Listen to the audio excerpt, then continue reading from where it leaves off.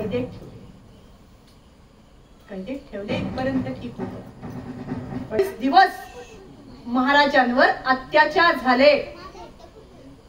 विचार करा हो,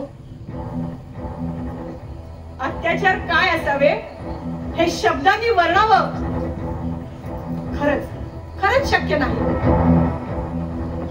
डोळे काढले गेले, अंगाची काकडी सोलून काढली गेली,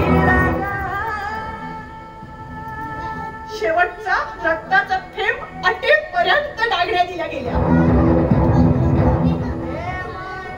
जीभ छाटली, इतका क्रूर,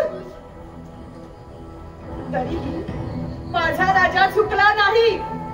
शेवटपर्यंत, अखेरच्या श्वासापर्यंत फक्त स्वराज्याचा गौरव झाला. स्वराज्याचा गौरव करता करताच 11 मार्च 1689 साली तुळापूर या गावी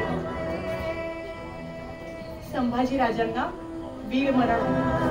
मी वीर मरणच म्हणेन, कारण अशा असह्य यातना ज्या ऐकताना आपल्याला त्रास होतो त्या आपल्या राजांनी भोगल्यात. कुणासाठी? स्वराज्यासाठी. दुसरा अध्याय संपला.